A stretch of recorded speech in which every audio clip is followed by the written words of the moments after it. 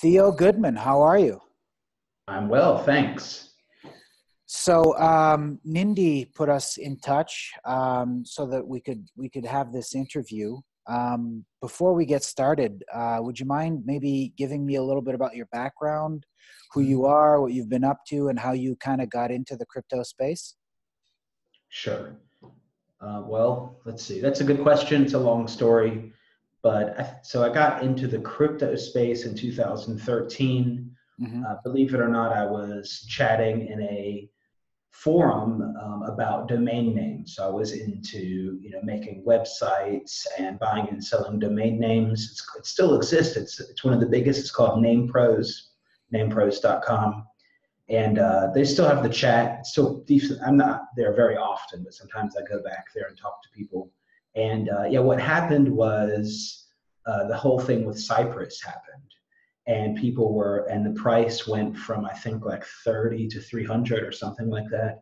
Hmm. And people were talking about it in the chat. And before that, anyway, I was into politics and gold and silver and things like that.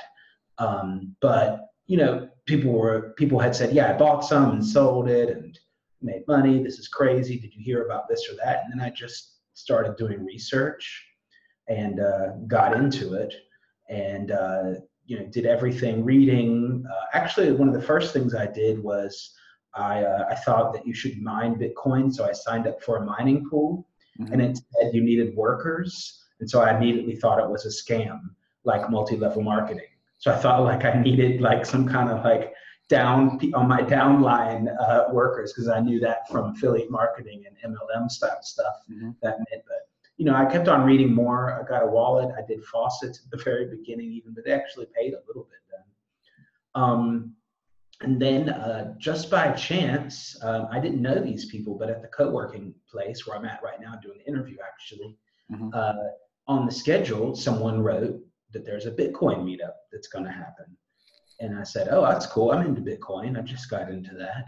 And so I joined that. So I'm officially a co-founder of the Frankfurt Bitcoin meetup.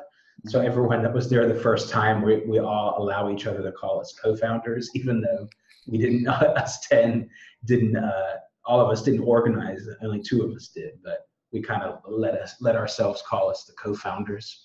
Because, in crypto, it's important to say first ever co-founder and all that. So it's also kind of, so the people that know, it's also a joke, but I say that I'm a co-founder of the Frankfurt Bitcoin meetup. It's not entirely wrong. And I still help organize it till today. Hmm. A lot of the guys that were there at the beginning are gone, not because they're out of crypto, but we're all just super busy. Hmm. One guy founded Bitcoin, Dominic founded an exchange in Vietnam. Other guy did this, that, or they're all over the place. I'm not even here enough to even be at my own meetup sometimes. So let's see. Right now, I work at Proof of Work Media. That is, their office is based in London, but I'm based in Frankfurt, but I'm in London a lot. Hmm. I'm the chief of Memetics, Hmm. and we are a boutique marketing and strategy agency specializing in blockchain, crypto, anything like that. So that is what I'm up to now, among other things. Besides, I'm also up to a top secret prediction market gambling project of my own. Hmm. I'm also involved in monsterbyte.io, which is also an online casino sports book. I have my own site, dgenbet.com, where I write about sports betting also. So I'm also deep into sports betting, that kind of thing. I just was at ICE London Hmm. checking that out. Let's see, what else am I up to? Also speak decent amount. Hmm. So I'm speaking this weekend in Darmstadt, Frankfurt at a maker fair, Hmm. and there's a whole track about blockchain, Internet of Things, etc. And I'm going to talk about blockchain and art, how that's a cool use case. And I also think it's interesting because there's going to be a lot of new people.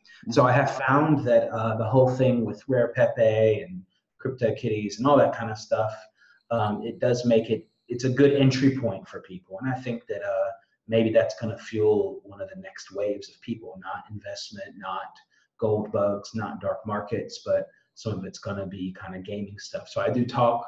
I like that stuff.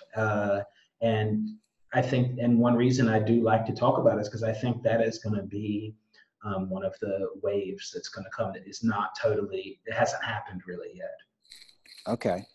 So, so is that what you're most excited about in the space right now, or? I'm most excited about, blockchain and art, and I'm also probably most excited about anything related to uh, betting, gambling, that kind of thing in the space. I still think both of those have really big potentials that are not fully done yet at all. Mm-hmm. And I think they're both really straightforward use cases that I think make sense. I mean, sure. So the whole thing with like anything to do with betting, people normally don't trust each other with betting. Right. So you know what I mean? So how could you do that with payments? That's already been doing a little bit, but most of the use of the whole gambling thing is with payments, so you don't get chargebacks, fraud, anything like that. But there's a lot of other stuff you could do. You could do kind of provably fair stuff on chain, maybe. You could do time stamping the bets. You could figure out a solution to decentralized oracles. There's a lot of stuff out there, and that could any of those that are done even pretty good, a lot better than now, would disrupt a lot of things, and could be used for more than just gambling. That could be used for predictions, that could be used for kind of governance things. I like all that stuff, but I think first we need to get the basics, get the gambling done good. And that's also why I like the art stuff, because I'd rather get blockchain and art done really good first before we connect self-driving cars to blockchains and we have major traffic accidents and everyone's brain is attached to a blockchain and all that kind of stuff. Let's get some real basic applications that humans in a basic sense can understand in a tangible way. People understand winning and losing a bet. People understand, this is my art thing, this is my Pokemon, this is my Mona Lisa. They get that stuff, and that's subjective value, and that's that's really important. I think crypto is almost the ultimate subjective value. Of course, there's fundamental value, like with the technicals, but in the end, it's the big B, the big Bitcoin. It's the meme of Bitcoin that is the big value, the network effect, And the whole art thing, well, that's the same with art. It's just that usually there's one individual piece of art in some cases. So I think that's why I'm excited about those two things. I think both of those things are not talking over people's heads technically, and people can relate to them on a street level, that people would get that. So that's why I'm excited about those two areas the most. Cool. So talking about this big B, I have to admit, I'm really confused about Bitcoin and Bitcoin Cash and Bitcoin Cash ABC and Bitcoin Cash SV and all this Bitcoin forking. I mean, walk me through it, because basically what I see is that people in the Bitcoin Cash community are kind of drinking a little bit of Kool-Aid on bigger block sizes. And bigger block sizes, in my view, doesn't solve the scalability issue, right? So if we understand that to solve the scalability issue, we need to go from 7 transactions per second, which is OG Bitcoin, to 1 million transactions per second. And Bitcoin Cash has increased the block size so that now they can do 96 transactions per second, but as a trade-off, less people are going to be able to run a full node because it's going to have a higher storage requirement. So they've reduced how decentralized it is without actually solving a practical problem, right? Because 96 TPS is still useless for scalability. Right. So there's two basic things. There's the technical side, and then there's the kind of meme side or the community religion side, and they both play important parts of it. It's not none of the sides are purely technical. So as far as what you were saying with the block size, that would apply also to SV. Mm-hmm. So it would apply to Bitcoin Cash, ABC, whatever you want to call that, and also Bitcoin SV. So I don't think either one of those camps thinks that it's important that people run full nodes. They're fine with saying only big mining operations need to run full nodes. They have enough skin in the game that they're going to be that we can trust them to validate. And it's stupid to have everyone having to run a full node. So they're not in favor of that ideologically and technically either. They think that is, let's throw that out the window, because what's more important is getting as many people as possible to use our network and to get as many people to run businesses on our network that make money using our network. So and to that means we need to increase the block size. That would be the main argument of that side. Now, I wouldn't say Bitcoin disagrees with a lot of these tenets about the goal is to get as many people to use Bitcoin, and the goal is to get as many people to build businesses on our network that make money. It's just that instead of that, use Lightning as a way for like some businesses to use it. For example, the so-called coffee solution, buying and selling coffee or small things. I think right now what's going on is the whole Bitcoin argument would say, yeah, we want as many people to use Lightning to build those kind of businesses that are requiring a lot of throughput and a lot of transactions, whereas Bitcoin Cash or Bitcoin SV would say, forget that. That's not on-chain. We're not about that one. Everything on-chain, and we want to get as many people to use it. And the way we do that is to make larger block sizes. Now, your point is valid in the sense that, well, you're going to have to exponentially always, if you're successful, then you'd have to exponentially raise the block sizes forever, infinity, theoretically. You'd need a gigabyte block size to run at scale. Right. So the question is that going to be faster than storage costs going up and internet speeds, et cetera, and so forth? I think we can see that crypto is way faster than that right now, but those things can also exponentially catch up. And like we've seen with graphic cards, how they've adopted to just catering to crypto, you will also see, maybe we'll see hard drives and other things cater to crypto more, just like we've seen. So, and that doesn't mean that one camp is right or wrong with what I'm saying. You need it for, quote, normal Bitcoin too.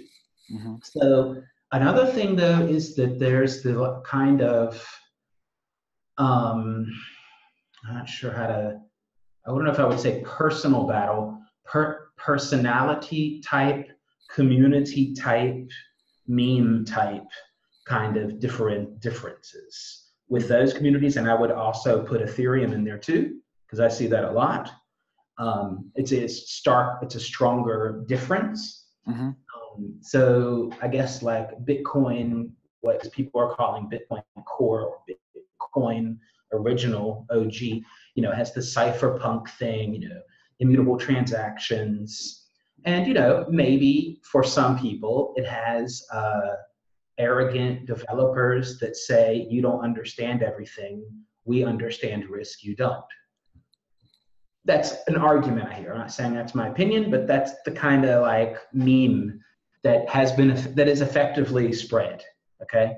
So, and then you've got Bitcoin Cash, which I don't even know what to say much about now since they divorced with Craig Wright. So I guess Bitcoin Cash is kind of like still the coffee coin. I don't know how to explain. It has the coffee meme really strong.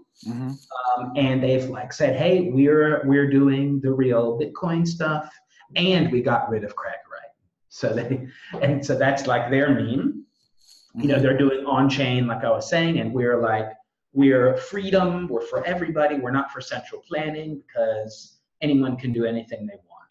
Bitcoin SV is like that too. We can do anything what we want, but Bitcoin SV community is like, hey, we're not against enforcing patents that are like on our blockchain somehow. I don't know how. I don't get it either. You know, they're like, let's put intellectual property on our blockchain, like the whole data, and then let's figure out ways to enforce it, and things like that. So that's a total antithesis to maybe like even Bitcoin Cash or even Bitcoin Core, who are very from the basis, like have a kind of anti-statist kind of mentality, you know? So the ideological and meme things play into all these divisions too. It's kind of like a family that just had like 3 divorces, you know? They're all related, but they just don't, you know, there was some point where they cheated on each other and broke up. And that's kind of how the story goes too. That's kind of a good way to explain it to outsiders, because that's basically what happened. So that's how I would explain the in a basic way the 3 forks. Now Ethereum, now whatever you want to say about it technically, we can get into that too. I do want to pause you for just a second. Please. I absolutely want to talk about Ethereum, because I think Ethereum is a phenomenal project. But fundamentally, for those people that might be watching this, getting into the blockchain, crypto, distributed system sphere, we have to understand that fundamentally what Bitcoin is, it's a CRDT. It's a conflict-free replicated data type, which essentially allows multiple nodes or multiple computers to share a consistent view of history. That's basically what it's for, right? So that a central authority does not have the ability to censor the view of history, right? It is a free and open ledger, which allows essentially for people to share a consistent view of history, in the case of Bitcoin, about transactions. But it can go much deeper than that. We can do a lot of different things. These are essentially censorship-resistant technologies. So any endeavor to say, well, it doesn't matter if nobody can run a full node, because as long as they're using something that only big mining farm operators can host and have the financial incentive to host, and therefore it doesn't matter, then at that point they're basically just, in my view, replacing a centralized, basically like Oracle database, which works really fucking well and actually better than Bitcoin because it's way faster, right? They're replacing it with a shittier version of a centralized database that doesn't have the performance capabilities of a centralized database, right? So they're replacing a centralized system with another centralized system that is in practice actually worse than the existing centralized systems that we already have. So by centralizing it, by increasing the block size and limiting the capability, by saying, well, this is for the unbanked, this is for poor people who don't necessarily have birth certificates and can't get a bank account, but if they can't run it on a $35 Raspberry Pi with a 512 gig micro SD card, we don't give a shit. Yeah, well, that's the, I mean. So what's the point then? Well, I mean, so the argument is that that doesn't matter, that, you know, you still will, it still doesn't, you still don't need permission to use that system just because there's a few nodes, full nodes out there. You still don't need permission to use it. However, you know, it does create a situation where, let's just say, for example, there's only 4 full nodes on the network. Let's just say, for example, then, you know, from a government point of view to attack, well, then you could attack those data centers, theoretically. Especially if many of them are in China, which is outlawing, especially if a lot of these mining operations are based on Bitmain and they're in China, which has taken a very adversarial stance on Bitcoin, right? there's a massive threat to the infrastructure if there's only a handful of nodes, mostly in China, right? Obviously. That's I mean, that while that's definitely true, I don't disagree with that. It's just that, you know, even with a few full nodes like that, it would cause a problem in the sense if a government wanted to attack, they could attack those. However, they'd have to be doing something illegal in those countries probably, or they just have to be attacked for whatever preemptive reason. And also the network would have to be able to not produce another full node somewhere else on Earth, which could happen. You see what I mean? So, and that's the same for all three networks we talked about. Mm-hmm. Now, the thing is, there's also a thing that, I mean, technical people, you can, you know, put your comments below and tell me I'm wrong or right or whatever. But as far as I know, let's just say there was 2 or 3 nodes or 4 even, they don't have to propagate your transactions. So they could say, hey, this is coming from Theo's wallet. You don't even want to propagate this stuff from your wallet. And you're blocked out of that network. Mm-hmm. So I believe you could do that. You know, I could block your IP. I could probably block some other connections. I could say from these addresses, blacklisting, essentially. Mm-hmm. So I think there's some risk of technical blacklisting when you have centralized full nodes. Regarding the whole full node thing, that's also interesting to think about is someone wrote on Twitter today, I can't quote who, there's always the mantra, miners are full nodes, which is true, but really the person was correct. He said mining pools are full nodes, Mm-hmm. not necessarily each miner. However, a miner does have more of an incentive to run a full node in addition to mining at the pool to verify that the mining pool is actually paying what they should. But it's just interesting to think about. On the other hand, everyone could be a mining full node if you just go into, if you have Bitcoin Core and you open your console up, and you type in set space generate true, or I think set generate space true, Mm-hmm. and then you're mining on your CPU, which might not be that healthy for your computer, but technically you're a mining full node then. So it's just interesting to think about if that makes a difference or not. You know, because some people were going on saying the only nodes that matter are mining full nodes. Well, what about if all nodes are mining, but they're just mining really shitty? Do they matter then? Mm-hmm. No, it's a good argument. I mean, they're increasing the network security by any mining at all, even shitty mining. You know, you are contributing to the overall hash rate. So I think that that's an interesting thought. I don't know how feasible or if it makes sense to have all wallets mining a tiny, tiny bit of CPU power just because to contribute overall. It's just making a node cost more in the end. But I think it's an interesting thought. Yeah.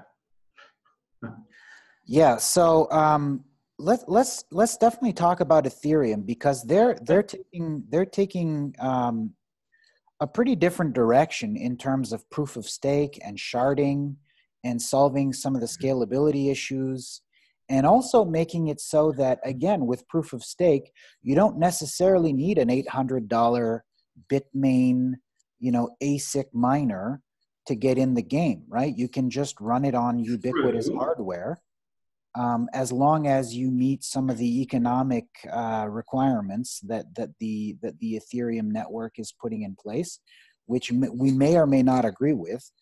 But it's definitely a different model, which allows more people to participate, right? It definitely lowers the barrier to entry. I guess so. I don't know the total rules, though, for how many Ethereum you're going to need to stake 32, I think they said. 32. I mean, that's a decent amount. What is it? A few grand right now. So yeah.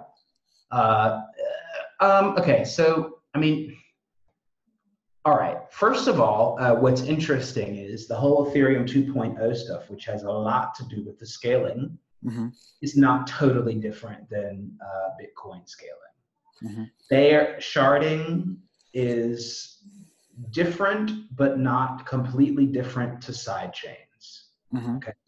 So you basically can create your own little world and then come back. There's also some really weird thing, B ETH, and that you could kind of, I will admit not to being expert enough, but you could imagine that as a sort of pegged Ethereum that could eventually, the value could eventually go back, I think.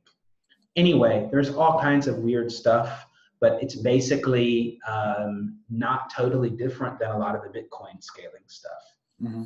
So there is Raiden, which is a Lightning network for tokens. And I think Plasma is the name for the quote normal Lightning network with actual native Ethereum. Mm-hmm. So you could, in some ways, argue if another chain is doing the same scaling as Bitcoin, well, then it must have some merit to it, because otherwise nobody else would be copying essentially the same models or very close to them. So you see, if you really look into the Ethereum 2.0 stuff, and you're like, oh, let's look at sharding, let's look at what this is. It kind of reminds me a lot of side chains in Bitcoin. If you look at Raid, if you look at Plasma, it's a lot like Lightning. It's not exactly the same. There are a lot of differences, but they're mostly technical. Overall, it's the same concept. So they looked at their network and they were like, shit, we have to scale. You know what? We're going to have to do this. They did not go the Bitcoin Cash or Bitcoin SV way and say, let's just have an unlimited block size. Because you can't even, there's so much throughput right now on Ethereum nodes, you can't sync a node. It's very hard to sync a node. Mm-hmm. And Ethereum people know that. And they know that's a problem. And they're trying to. There are some fixes they're working on with that too. So that's interesting. I mean, it kind of means that if I'm looking at Ethereum, it kind of is like Ethereum saying, look, we admit we've got a lot of technical problems. We're going to fix them like this. It's going to be a lot of off-chainy, side-chainy, and Lightning-esque stuff to solve a lot of these scaling problems. The thing that I think is more interesting with Ethereum is they've kind of got, there are some arguments why, but they kind of got the culture thing right, in the sense that not that I totally agree or disagree with their culture, but they notice culture is really important. Right. You know, for their community. And you could, some people made the argument, well, that's because it's centralized. So they can have a centralized theme for their community, which I don't know. I think there's different factions in Ethereum too, but I get that in a way. But I think maybe they just got the point that we need to have in real life events where people meet each other and we can rally behind our meme, our religion, our community, whatever you want to whatever you want to call it, critical or not, they're doing that really good. And that strengthens their community. Now, the technical stuff for all of this stuff, in my opinion, just has to be good enough. It doesn't have to be perfect. Some of it's going to break, half broken some of the time. And it's not going to matter. It's subjective value. It doesn't matter. The most technically right is not going to win, in my opinion. It's going to be good enough and get a lot of other stuff right. VHS versus beta, yeah. A little bit, yeah, a little bit. Yeah, it's a little bit of a played out comparison, but yeah, VHS against beta, right? VHS had a bigger network. I was in a Betamax rental store, believe it or not, in my life. My grandparents had a Betamax, and they existed for a little while, but then they went away. Just a little side note, I don't think beta was actually better. Did you not need 2 tapes to watch one movie? I don't know about that, but I think the whole argument was the video quality was better. Right. That was maybe because maybe it was so big that you needed 2 tapes. I don't even remember exactly, but I remember the whole argument was the video quality was better. Right. That was the argument. But I mean, there was also maybe some trade-offs. So it's not immediately obvious that VHS was actually worse, but they were definitely first out the door. Right. And yeah, and just, they had a good network effect. Maybe it was cheaper. Mm-hmm. So, I mean, that doesn't necessarily mean the cheapest crypto is going to win or that kind of thing. But, it just means that you need to look at network effect. You need to look at community. You need to not neglect those things. And Mm-hmm. so, I mean, right now there's there's a small discussion or somewhat of a discussion in Bitcoin, should people meet more in real life?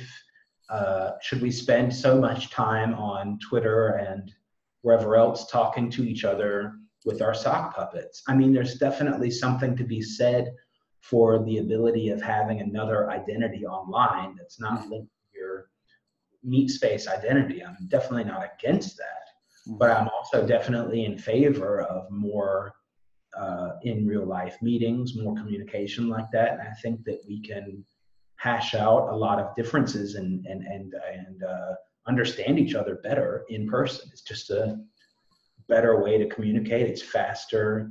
It's more efficient. And honestly, it's easier to feel out scammers in person. Right. You know, I can identify someone I don't trust quickly, you know, so it's much easier. So there's a lot of benefits to it. I totally get wanting to be anonymous. I get all that stuff. That's no question. I'm also in favor of events having, certain photo policies and making people follow them if they don't want to have their photo. That's fine. You can do all that stuff. So Mm-hmm. there's definitely ways of doing it that are friendly to people that don't feel like having their picture on social media, like, plastered. Right. And I think that Ethereum has done a good job of that from what I've seen. Yeah.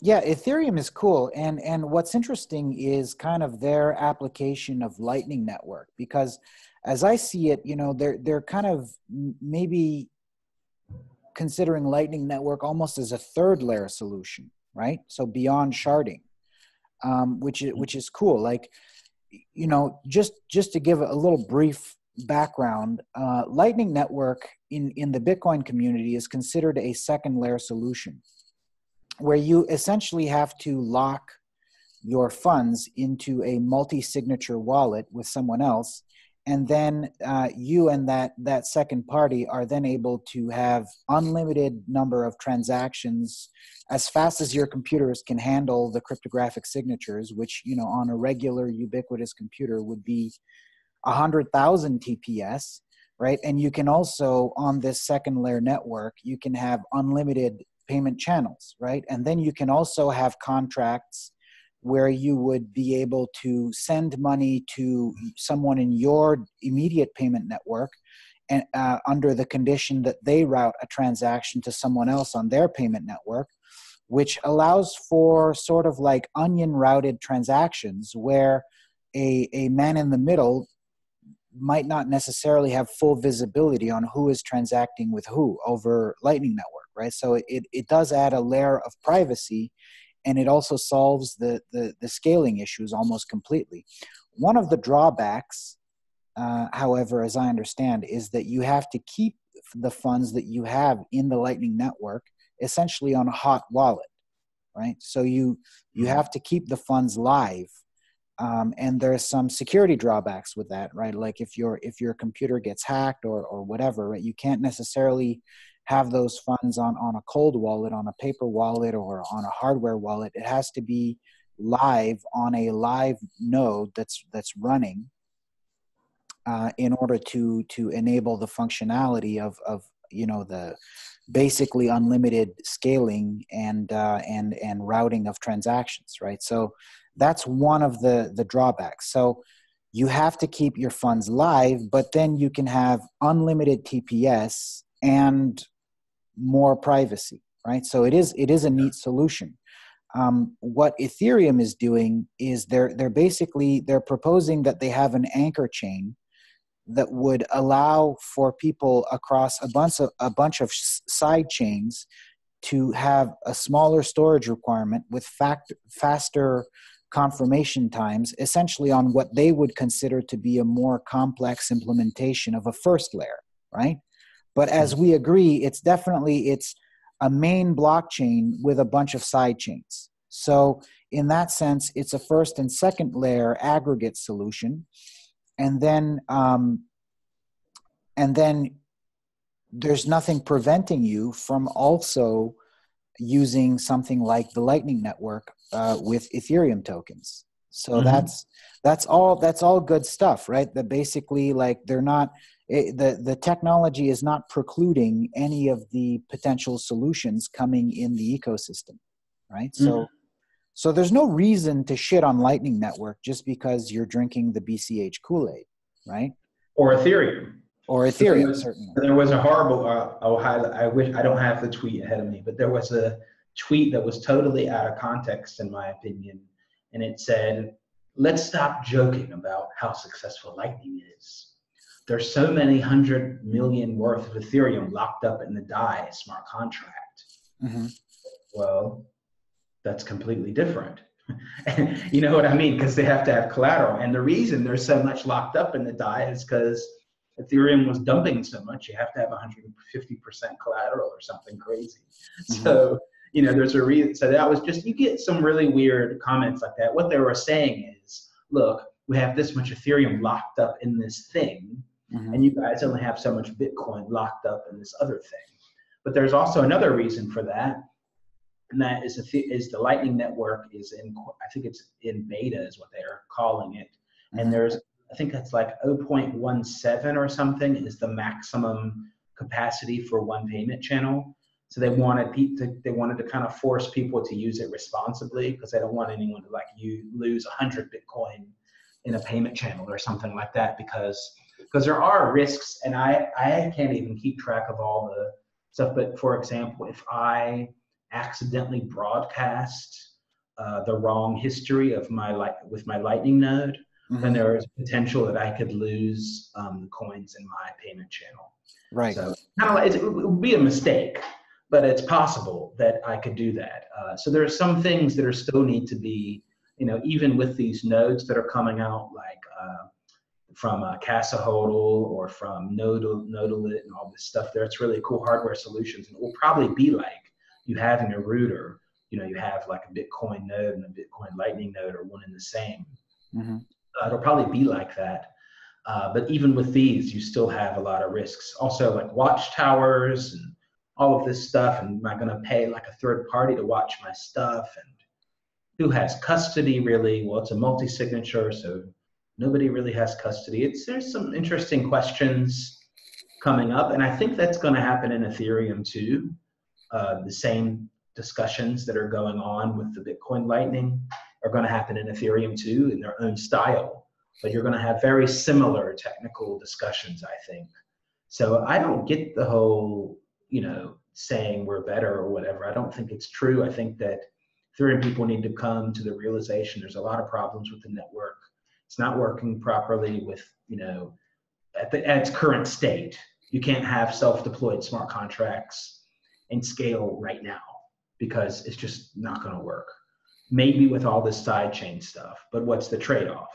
Do I really want my smart contracts in a sidechain with people? What are the rules on the sidechain? You know, can I lose my Ethereum in the sidechain? Is it pegged? Who has security of are people mining the sidechain? Is it proof of stake sidechain? And same thing with Bitcoin sidechains. How does that work? Are there miners? How do the miners defraud the sidechain? It's a whole other game in the sidechain. It's a lot of questions. Proof of stake, I mean, so they're still going on, and they're still not sure how that's going to work with how you could gamify it or attack, basically. So I mean, in the old school proof of stake, I mean, the general way would just be, if I buy, okay, so if proof of work, if I want, let's just go to simple 51% tax. If proof of work, then I buy enough hashing power, I have enough hashing power to do a 51% attack, but I have to maintain the attack. And that means my cost is infinitely higher depending on the time that I sustain this attack. Okay, so with proof of stake, however, if I buy 51%, then I bought it one time, and I have 51%, and nobody is ever going to be able to outstake me.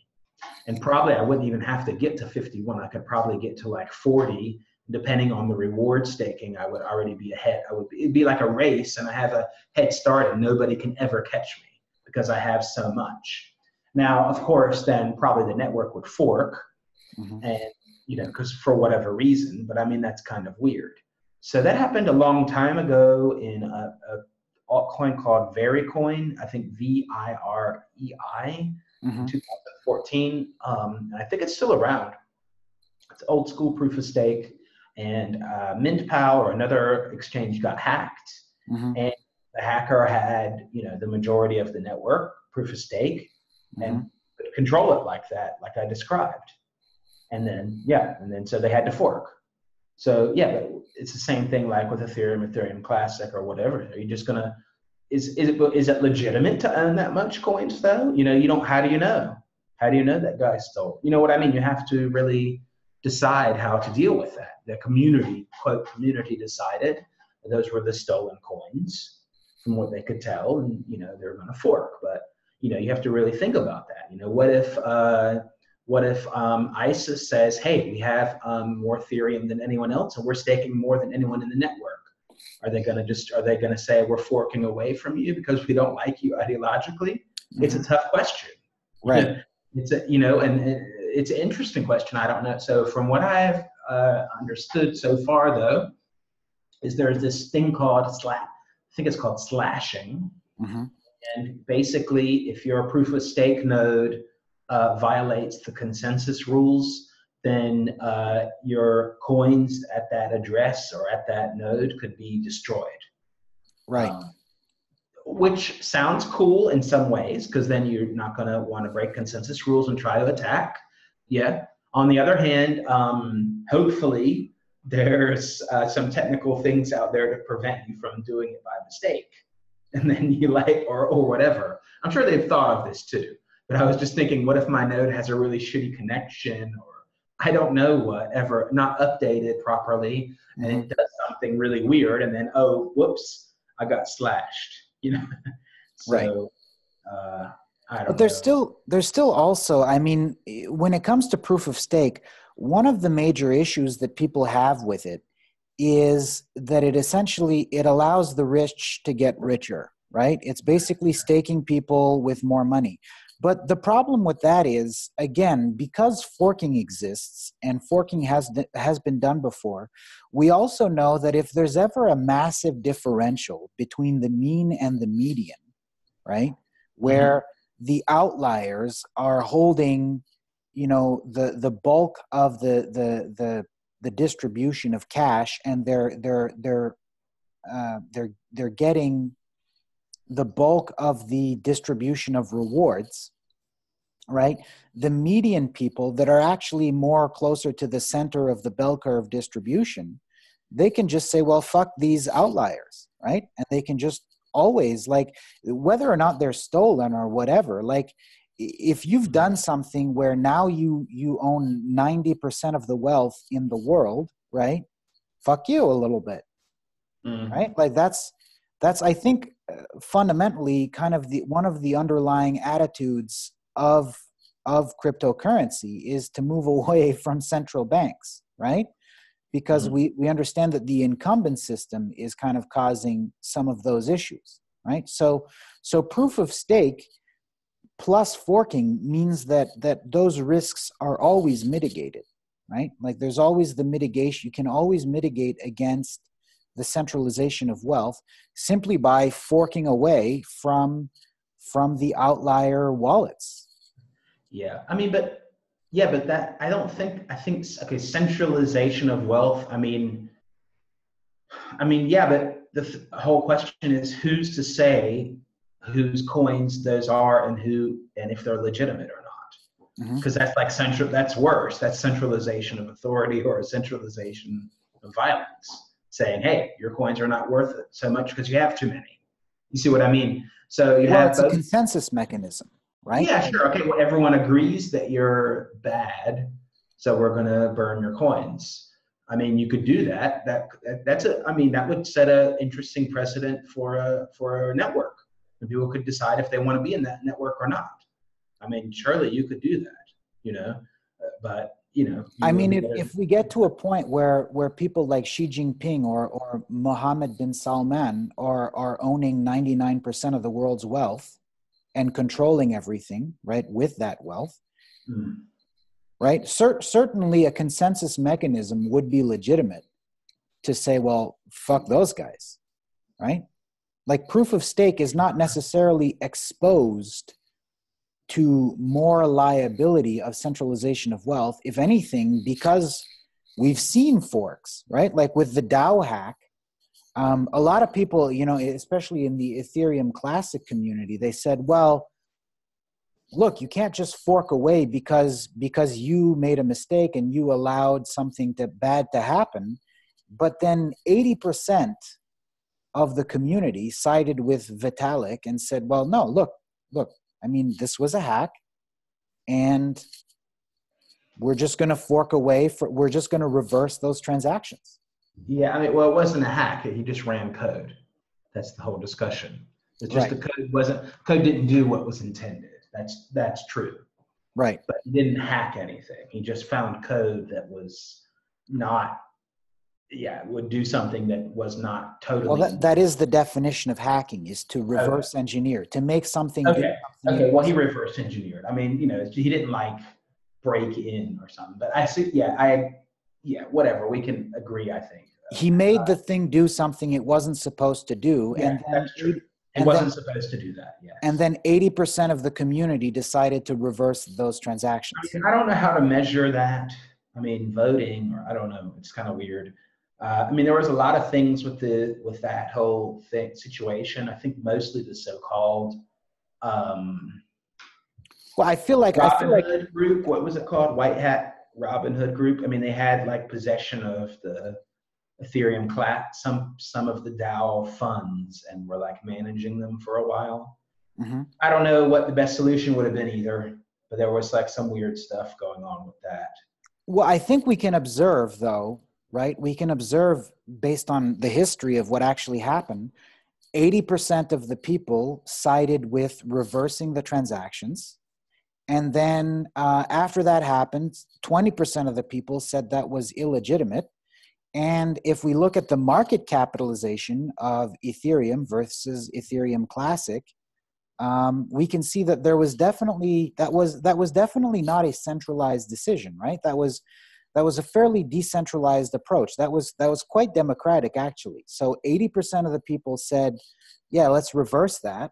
And then if you look at the market cap today, that decision still stands. Like people are still voting with their dollars essentially for the mainline Ethereum community.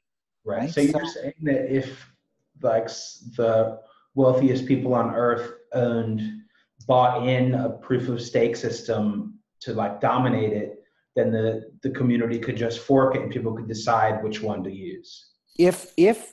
If those richest people in the world were bad actors, right? Like right. What if those richest people in the world are Bill Gates trying to solve malaria, right? Like if they're good actors, right? Like Lee Kuan Yew or something, right? Who's definitely a dictator, but he was a fairly benevolent dictator in Singapore, right? Like if most of the people are saying, well, yeah, you're definitely a rich asshole, but you're helping us. Mm-hmm. So we're not going to fork away. I mean, I guess that's going to happen. You know what? That's probably going to happen sooner than later. It's just going to be like, do we want Theo on our network? Or do we want this person on our network? There could be these simple questions. They could try to say, we're forking away from this person because of their ideology and how big of the network it is. With proof of stake, it's pretty important. I mean, I guess in a way, in some ways, that is what's going on with the whole anti-ASIC stuff. So you had that like in Monero where they were like, okay, we don't want to have Bitmain mining us with their ASICs, let's fork so they can't. Mm-hmm. Well, that's kind of saying, hey, they're too wealthy or they're going to have too much control. Let's do a fork to negate that. Mm-hmm. And I believe that's some of I don't know what the status of Ethereum ASICs are, but I think that some of the idea with this there's a new proof of work in Ethereum too, or an Mm-hmm. adjustment, Mm-hmm. in order to negate ASICs, which is going to be an ongoing battle. Everyone knows that you can make an ASIC for anything. It's just a matter of time and money. Right. As soon So as the currency is worth something, there's going to be an ASIC. That's exactly what happened with Litecoin, right? Like, oh, it's a exactly. memory hard problem. And then as soon as so it can't be, you can't make an ASIC for it. And then Right. as soon as Litecoin was worth a lot of money, there Yeah. were ASICs for Litecoin, right? Yeah. So we've seen this So before. yeah, I mean, in some ways, adjusting the proof of work like that is it's not forking, but Mm-hmm. it's doing well. Some of them require a fork actually. Mm-hmm. So I guess that is forking, but it's cutting people out. So it's saying, hey, they're going to have a lot of control. We don't like them for whatever reason, whether it's just that they're going to have too much control, or we just don't like them for an ideological or a subjective reason. Whatever, we don't like how they look, maybe. Uh, then we're going to adjust so they don't have control. And if people disagree with it, well, they can do, proof of work classic, whatever chain, they could keep the old chain with that old one and run ASICs, and maybe they'll be better, maybe not. So, I guess that's like governance through forking, basically. I mean, that is not, well, yeah, I mean, that is essentially what's happening, right? That is essentially what's Yeah. happening. And we can observe coin market cap, and we can see the result of these forks, right? So OG Bitcoin is still the king. That's true. So, and then Ethereum is slowly creeping up. Yeah, sure. I mean, I don't even know what the current status is. We can check, but yeah, I mean, Ethereum's number 2. oh, really? Okay. Yeah. Not Ripple? No, not anymore. And Ripple is nonsense. What is your take on Ripple? Is Ripple not nonsense? No, it's not nonsense. It just has certain use case. It's system that is Is it a decentralized currency? Or is it not uh, centralized? Is uh, there not any central server that you can unplug and then turn it off? well, I don't know about all that. I honestly can't go into how their consensus works. They do have a system. I believe it is more centralized than others. Mm-hmm. The whole thing about Ripple is not that, though. Their way that they want to send value and all that has some merit to it and could be useful for some people. Okay, and As they an work alternative to Swift. right, exactly. For some other, depending, it's definitely not anything for immutable transactions or dark markets or something like that. Definitely not. Right. The whole thing is, is XRP Ripple, is Ripple XRP? Where that whole thing is all laughable and like, so yeah, trying to deny, I mean, what is all that? That whole discussion, like, did Ripple just generate a whole bunch of XRP and then try to distance themselves from it? And that whole thing is just a clusterfuck, basically, for them. And and basically, if anyone watching doesn't know, I mean, essentially, even though Ripple, the company, has consulting jobs and things like that, Mm-hmm. they have to dump XRP, which they own, Mm-hmm. in order to survive. At the same time, pumping up the price with announcements and stuff like that. So there's definitely a conflict of interest, and it's a very strange relationship, to say the least. So that's the whole basic take on Ripple. I mean, the technology itself, like you said, maybe alternative to Swift, maybe alternative to whatever, but XRP is really weird and is just basically a tool for Ripple to dump on people in order to keep afloat. Although, they do make money doing whatever kind of consulting stuff using Ripple technology. A lot of the announcements that come out, bank is using Ripple, is not XRP. They're using Ripple technology doing something. Right. on a So, private solution. So so for anyone who doesn't know what Swift is, right, you might not. Swift is basically how banks are currently settling transactions, and it requires a lot of back office administrative workers, and it takes 3 days.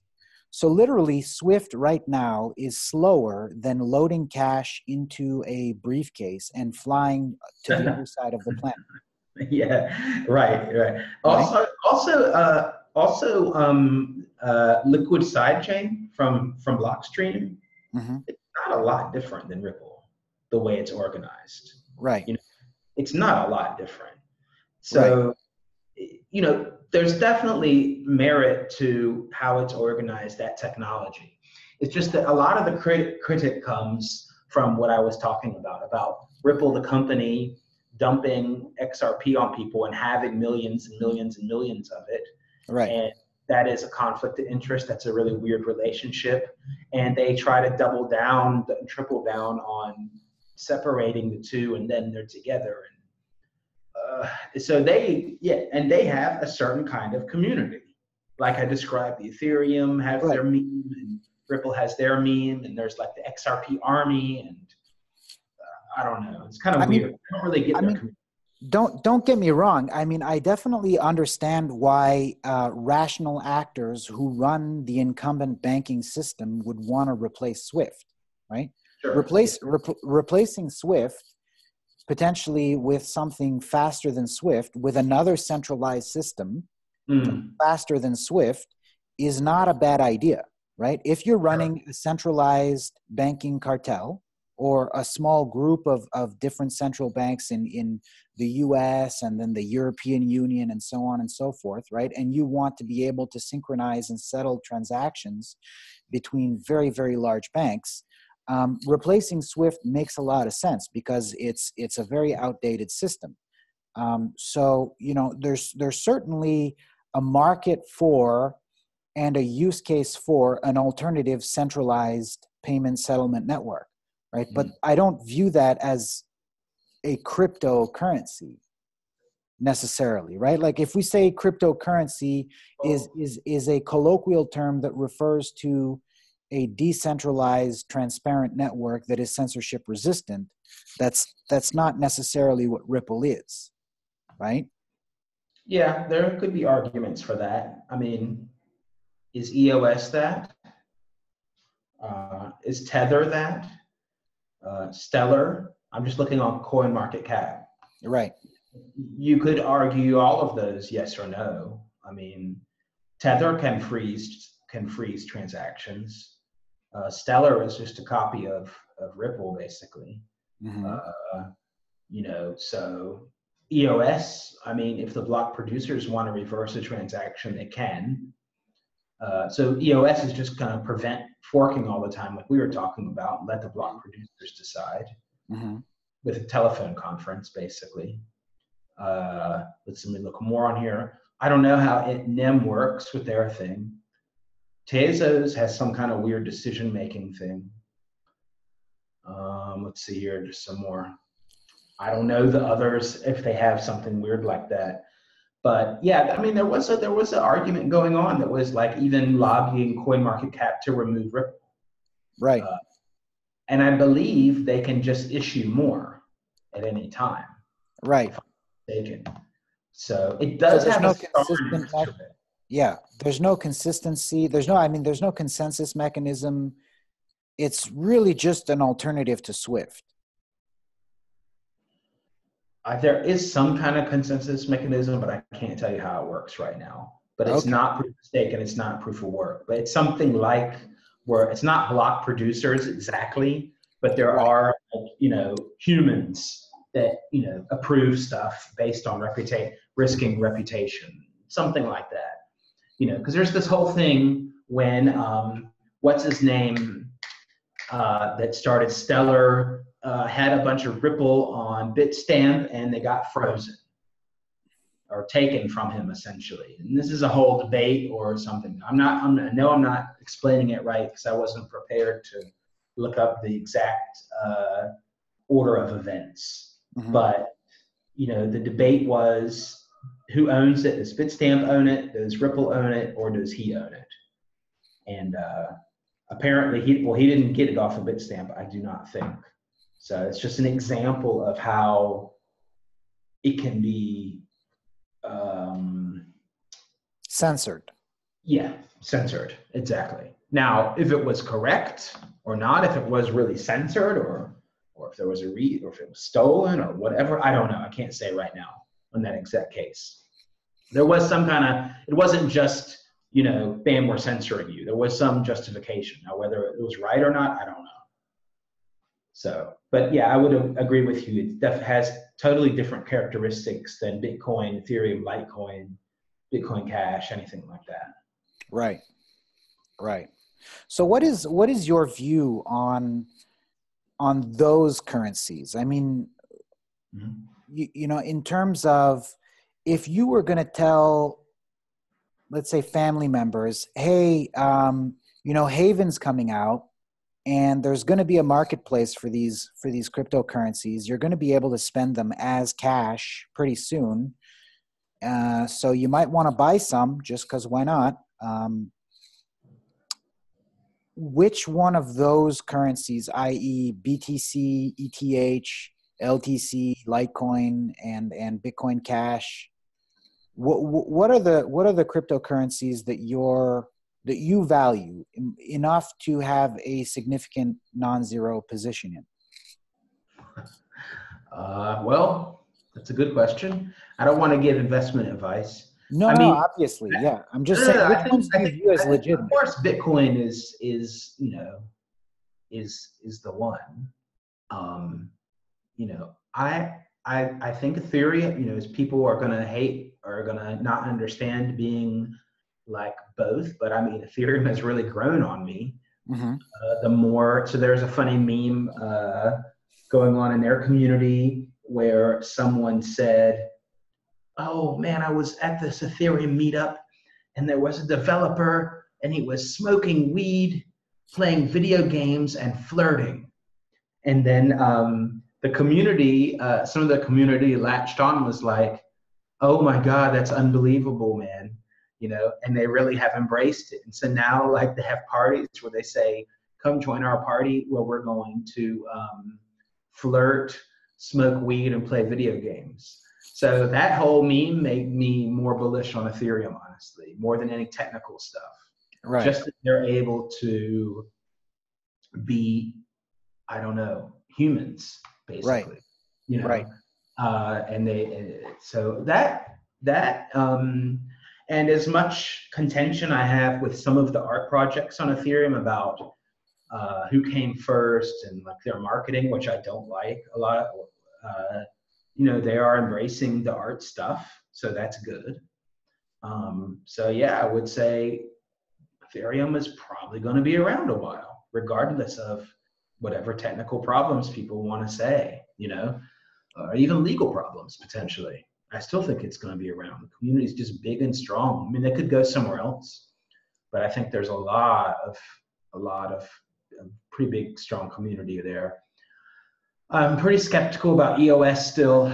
I want to like it, but the block guy things, what do they call them? Block reporters? What did I call them? Block producers? Yeah.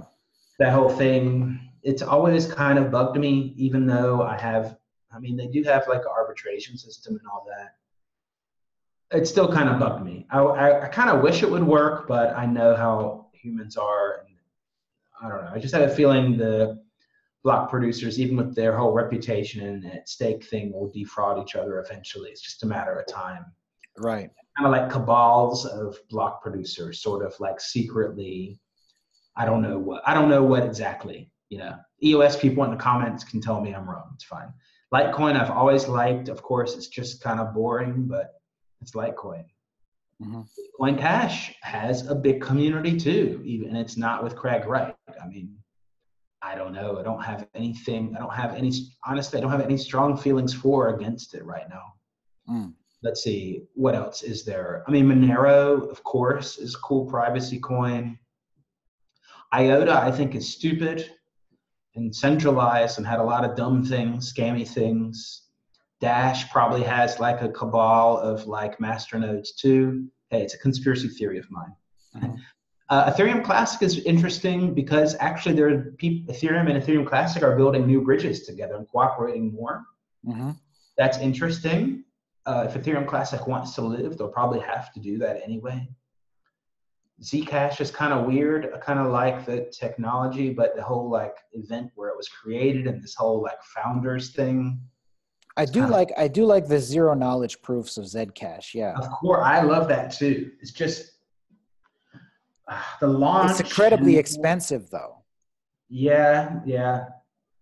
I mean, Hey, computationally expensive, right? Like these, right. Okay, yeah. the TPS is right. Again, if there was a Zcash cache, you'd need a huge blockchain, a huge block size, Zcash Cash, I like that. Someone's gonna make that now. right? Like Yeah. it's Mimblewimble is interesting. Grin and Beam, those are neat projects. Minimal is cool. You know, I guess Grin is the like you're allowed if you're a Bitcoin maximalist, you're allowed to have that shit coin. It's allowed because it's Mimblewimble. I mean, it sounds cool. You know, we'll see. Privacy is cool. There's going to be even more privacy stuff coming out. I think it's going to be even a more ongoing hot topic. It's going to rise. I think Dogecoin is still cool. Dogecoin is merged mined with Litecoin. It works. It's fast. It's much wow. Has a Yeah. good meme. I mean, say what you want about it. It's still around, and it's number 24 on CoinMarketCap. I'm surprised myself. Hmm. I'm just going through. Hold on, let me see if I see anything else. I want Augur to work, but I think they've got it wrong. It's just boring to use. It's What's nice about Mimblewimble though, just to get back to that, I sure. mean, is they've basically made a way of storing transactions in their blockchain that is smaller, has a lower storage requirement for each transaction, whilst being more private, right? So whereas with Zcash, you have larger storage requirement per transactions in order to Mhm. get zero knowledge proofs. With Mimblewimble, you have something pretty close to a zero knowledge proof, and it requires less storage, right? Right. So it's more efficient, essentially. It's more efficient and more private. So that's neat. And more private. Yeah. Okay. Whereas usually, like again with Zcash, you have zero knowledge proofs, but then to do a transaction, you require a lot more computational and storage requirements, right? Right. So there's a cost trade-off. There's a cost benefit. Like how much do you value your privacy? But with Mimblewimble, it's more private and lower storage. Right. So that's neat, right? That's cool. So what I really like is Bitcoins. So I don't know if you know, it's a game. It's called Bitcoin. Mm-hmm. Bitcoin.com Mm-hmm. is the website, and it's an idle game, Mm-hmm. farming game played on the Bitcoin network using counterparty tokens. Okay. And so you actually claim part of the earth for your farm, the earth we live on, as part of the farm. So if there's two tokens. There's crops and Mm-hmm. there's bitcoins. And depending on how many crops you have, you harvest so many bitcoins every harvest. And there's only going to be 21 million bitcoins. Mm-hmm. And I think that's a really cool game, and everyone should play it. Right. And there's another reason that it's really cool. The other reason that it's cool is there's also collectible cards and things that represent things you can have at your farm, like a Lambo dock or a yacht deck and stuff like this. And there's also a really important token, and it's called Theos. It's kind of like EOS, but better, Theos. Okay. So my own token as part of the Bitcoins project called Theos. There's only 999. So it's going to be very rare. And it's not divisible. Is it fungible? Well, yes, it's fungible. I mean, it's as fungible as any other token. Okay. You can debate fungibility because it's touch this address. Is that the same as a Virgin Theos? you know, Mm-hmm. you could debate that, right? So I don't know. It's up for debate. But yeah, they're fungible. They're all the same. And it's just not divisible. So you only can have a whole Theos. Okay. What is this new Project Horizon? Is that like some kind of privacy thing, or what is that? Is I that Zen? haven't I haven't heard of it. You know, honestly, I'm super duper interested in OG Bitcoin Yeah, because they're keeping a small block size, right? yeah. We have to realize, just for perspective here, it's only been live for 10 years and it's 200 gigabytes, right? With a 1 megabyte block size, it's 200 gigabytes to store the whole blockchain, right? So that's Hmm. already a lot.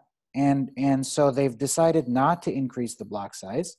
They've done things like SegWit, and they might at some point in the future implement Mimblewimble, which would be neat again. But so I'm kind of bullish on the small block size OG Bitcoin and Ethereum because of Ethereum 2.0. Ethereum 2.0 I think is incredibly promising, although they may or may not have the funding required to get to a full Ethereum 2.0. But the Ethereum 2.0 roadmap is fully spec'd out, and everybody agrees that the spec that they currently have can be implemented.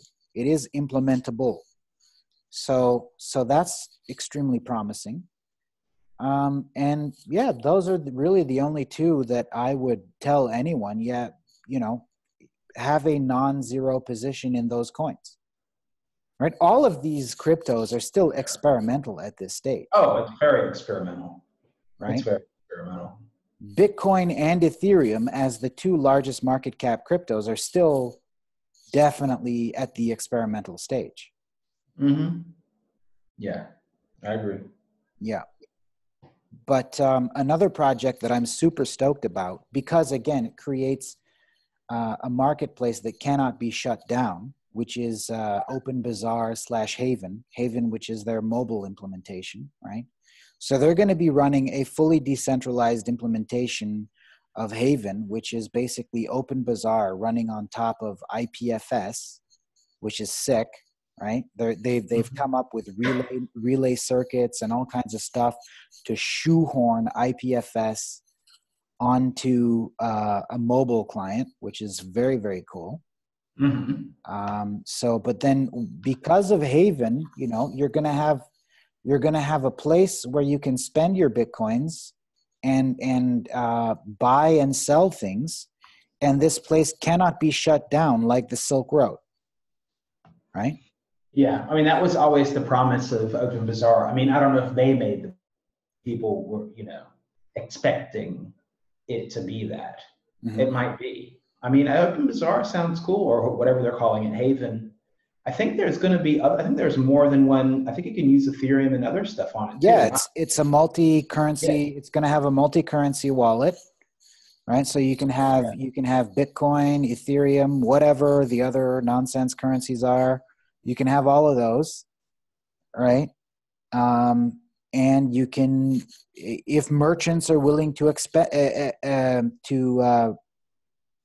to accept them, then you can spend them and you can buy and sell them and you can do whatever you want on Open Bazaar and Haven. So that's coming. So that's cool.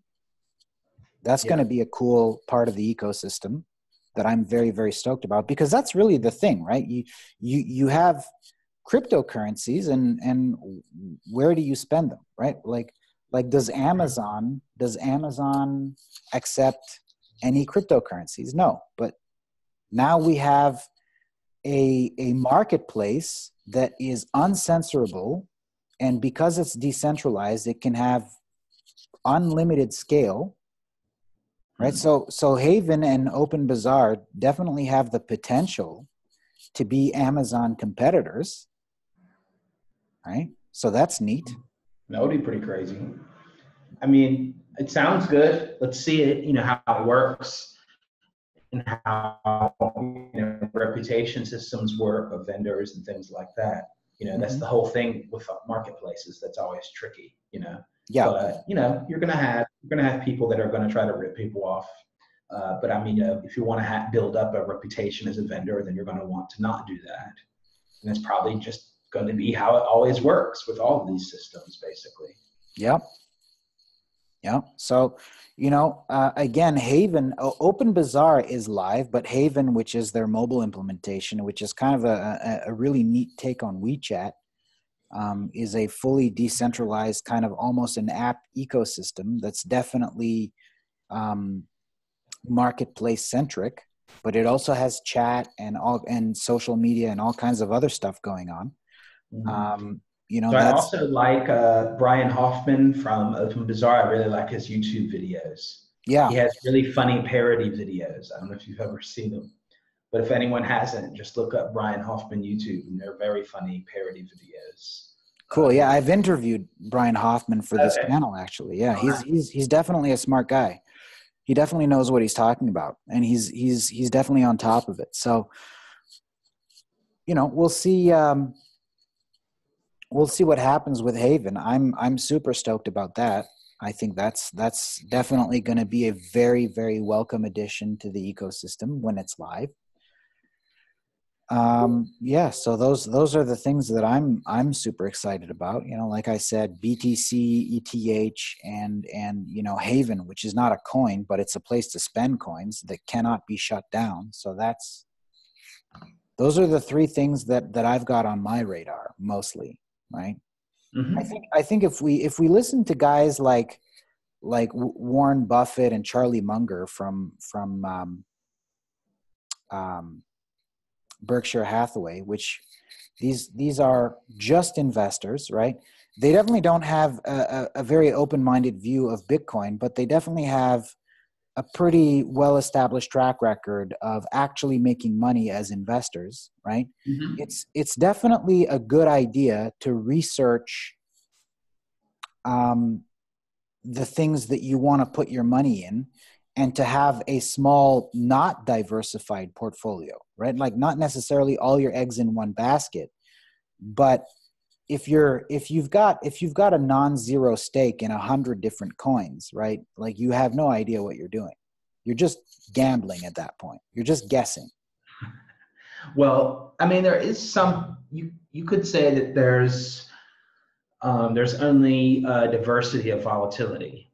And if you're doing 100 coins, well, they're all going to be volatile. Yeah. So you're not really, diversifying. Even three they're going to have similar volatility profiles. So, right. I mean, you're diversifying in a way, but it's unlikely that one of them does, 200% better than the other two. If you had three, let's say. Right. It's unlikely. One could do better than the others. That's for sure. But what we also observe, which is interesting, is that whenever Bitcoin has a green week, all the other cryptocurrencies also tend to also have a green week, right? When Bitcoin is in the red, going down, all the other cryptos tend to be going down, right? Some cryptos outperform Bitcoin. Like I said, Ethereum seems to be creeping up on Bitcoin's market cap. So Ethereum is definitely neat, but whenever Bitcoin is going up, Ethereum's also going up. And whenever Bitcoin is going down, Ethereum also seems to be going down, right? I think we'll have that. We'll have that in the next wave too, where, humans, they like round numbers. Mm-hmm. So people will look for coins that are worth $1 or a little bit less than $1. Right. And say, hey, if I get this and it just goes up to $1 or it just goes up to $2, then I've doubled. And that's really easy for them to understand. And then people have the feeling that they're, in early because it's such a low number. You know what I mean? So there's a psychological aspect to that. I think that we saw big time in the last bull run, where people really were looking for these kind of, less than $1 cryptos, basically. Right. We might see that again in the next run. Who knows? Definitely people like to, they want to feel like they're not missing anything.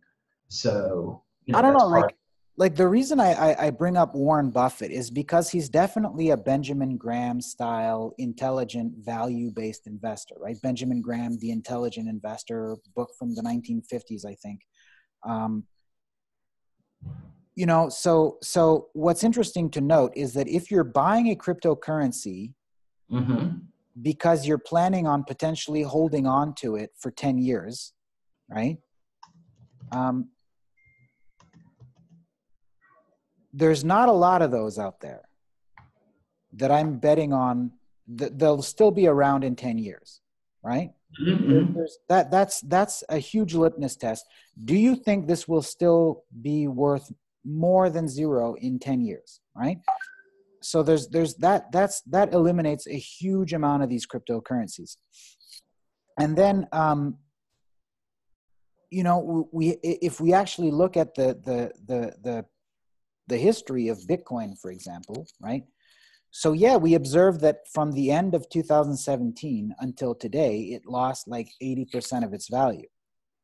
But if we look at how much money would you have made if you bought Bitcoin 5 years ago and sold it today, right? You'd be up 400%, which outperforms any other investment that you could have made in those same 5 years. True. Yeah, I mean, I'm sure they'll be worth more than zero in 10 years. Obviously, yeah. But I'm not so sure about, I don't know, you know, Ultracoin or you know, all of these coins that are way down the list on coin. Well, it takes a long time. It takes a lot of energy to maintain a network. Exactly. Not just hash power, but just people power. You know, Right. I mean, just think of altcoins that launched 1 or 2 years ago, and where are they now? You can just do a quick history of that, and you'll see it takes a lot to maintain that community, people to still be interested in it, notwithstanding the technicals, the hash rate, development, websites, wallets, all that kind of stuff. Right. So there's still a lot. It takes a lot to maintain that. So yeah, some will fade out. I agree. We'll just have to see, you know, how it goes. Yeah, we will. We will. All right. Well, I thought this was a pretty great conversation. Was there anything else that you wanted to cover? Not really. I'm just going to give a quick shill out to all the places I'm going to talk at and people can meet me. Let's see. This weekend I'm in Darmstadt, Germany. You can also see Consensus, New York, May 13th, 15th. Blockchain Hotel, Essen, Germany, May 30th, 31st. June 14th, 15th, Unchained, Berlin. October 10th to 13th, Transylvania Crypto Conference. Awesome. So, and probably some others too, at least visiting or hanging out or whatever. But, you know, check those events out if you can. And I'd like to meet you. Awesome. Do you have any social media Sure. that you want to plug? Yeah, you could just check me out at Theo G _ at Twitter. And you can also find a link to my Medium blog on my Twitter profile. Awesome. Perfect. Okay. Well, like I said, this was a great conversation. Thanks for making the time. You're very welcome. Thanks again. Have a great day. You too. Talk to you soon. Yep. Bye.